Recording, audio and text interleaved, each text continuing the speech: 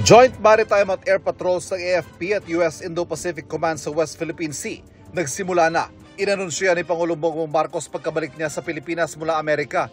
Magpapatuloy ang joint patrols hanggang Huwebes. Ang China naman nanindigan sa karapatan nila magtayo ng mga istruktura sa rehiyong inaangkin nila. Wala raw karapatan ng ibang bansa na gumawa ng irresponsableng pahayag. Kasunod dito ng pahayag ni Pangulong Marcos na nakikipagnegosasyon ng bansa para sa hiwalay na Code of Conduct sa mga kapitbahay sa ASEAN, habang hinihintay ang pagbuo ng Code of Conduct sa pagitan ng China at ASEAN. Manibela may tigil pasada na rin simula bukas. Mula Miyerkules hanggang Biyernes ang tigil pasada ng grupo. Nakasunod ng transport strike ng piston na bukas matatapos. Kabilang sa hiling nila ang pagbasura sa December 31 deadline sa paghahain ng petition for consolidation. Gayun din na mabigyan muli ng 5 taong prangkisa ang mga miyembro at payagan ng rehabilitasyon ng mga jeepney sa halip na i-require silang bumili ng mga bagong sasakyan. Sabi ng LTFRB, handa sila mag-adjust sa hiling ng mga transport group maliban sa December 31 deadline na wala na raw urungan. Truce agreement sa pagitan ng Hamas at Israel malapit nang maabot.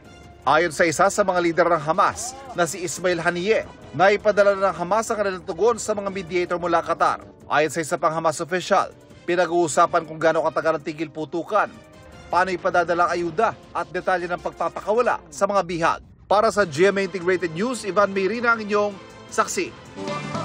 Mga igan, samahan nyo kaming saksiyan ng mga balita.